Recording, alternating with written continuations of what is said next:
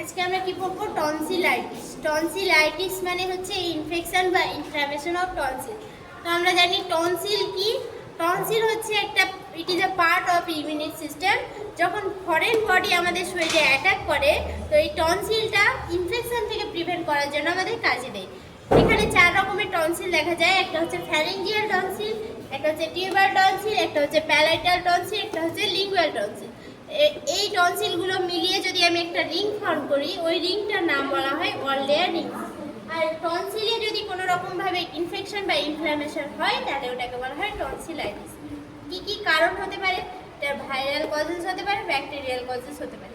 কি কি viral causes? একটা হচ্ছে অ্যাডিনো ভাইরাস, একটা হচ্ছে রাইনো ভাইরাস, একটা হচ্ছে করোনা ভাইরাস, তারপরে ইনফ্লুয়েঞ্জা ভাইরাস আছে, এপস্টেইন-বার ভাইরাস আছে, এরকম বিভিন্ন রকমের ভাইরাস আছে। ব্যাকটেরিয়াল কজ কি হতে পারে? গ্রুপ এ স্ট্রেপ্টোকক্কাস ব্যাকটেরিয়া বা স্ট্যাফাইলোকক্কাস অরিয়াস ব্যাকটেরিয়া। এইসব ব্যাকটেরিয়া বা ভাইরাসের কারণে হচ্ছে আবার টনসিলটা হতে পারে। কি কি রিস্ক ফ্যাক্টর আছে? যদি হচ্ছে বাচ্চার বয়স 5 থেকে 15 বছর হয়, চিলড্রেন এজ বিটুইন 5 থেকে 15 বছর, উইক ইমিউনি সিস্টেম যদি থাকে কারো, সেক্ষেত্রে হতে পারে ক্লোজ কন্ট্যাক্ট উইথ ইনফেক্টেড পার্সনের সাথে, মানে যে ইনফেকশনটা যার আছে, টনসিলাইটিসটা আছে, ওর সাথে যদি ক্লোজ কন্ট্যাক্টে কেউ আসে, তাহলে তার হতে পারে। পোর ওরাল হাইজিন যদি কেউ মেনটেন করে, তাহলে হতে পারে। কি করে হয়? প্যাথোফিজিওলজি। আমার শরীরে হচ্ছে মুখ আর নাক দিয়ে আমাদের এই যে মাইক্রো অর্গানিজম, ভাইরাস আর ব্যাকটেরিয়াগুলো আছে, ওগুলো এন্টার করে। ওটা এন্টার করার পরে কি হয়? টনসিলটা ইমিউনি সিস্টেমটাকে অ্যাক্টিভেট করে। এবার যখন ওটাকে অ্যাটাক করতে পারে না, তখন ওখানে রেডনেস আর সোয়েলিং হয়, যার ফলে হচ্ছে ইনফ্লামেশন হতে শুরু করে। আর inflammation in tonsil, that is called tonsillitis. কি কি ক্লিনিক্যাল ম্যানিফেস্টেশন হতে পারে?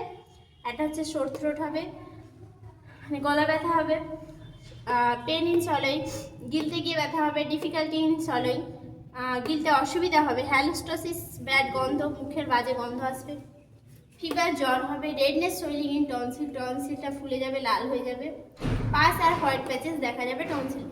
ঠিক আছে, তারপরে ডায়াগনস্টিক টেস্টের মধ্যে কি কি আসবে? ফার্স্ট হচ্ছে হিস্ট্রি টেকিং, তারপর হচ্ছে ফিজিক্যাল এক্সামিনেশন, তারপরে বিভিন্ন রকমের ব্লাড টেস্ট, যেমন হচ্ছে সিবিসি, ইএসআর আর সিআরপি। এইসব ব্লাড টেস্টগুলো আমরা করবো। এখানে কি দেখতে পাবো? ডাব্লিউবিসি বেড়ে গেছে, ইএসআর বেড়ে গেছে, সিআরপি, এইসব লেভেলগুলো বেড়ে গেছে। ম্যানেজমেন্ট কি করে ম্যানেজ করবো? একটা হচ্ছে মেডিকেল ম্যানেজমেন্ট, একটা হচ্ছে সার্জিক্যাল ম্যানেজমেন্ট। মেডিকেল ম্যানেজমেন্টে হচ্ছে আমরা অ্যান্টিবায়োটিক দেবো আর অ্যানালজেসিক দেবো আর অ্যান্টিবায়োটিক দেবো। সার্জিক্যাল ম্যানেজমেন্টে হচ্ছে টনসিলেক্টমি, মানে পুরো টনসিলটাকে কেটে বাদ দিয়ে দেবো। ঠিক আছে, তো আজকে আমরা কি পড়লাম? টনসিল কি, টনসিলাইটিস কি, কি কি কারণে টনসিলাইটিস হয়, কি কি রিস্ক ফ্যাক্টর আছে, pathophysiology, clinical manifestation of tonsillitis, diagnostic test আর ম্যানেজমেন্ট।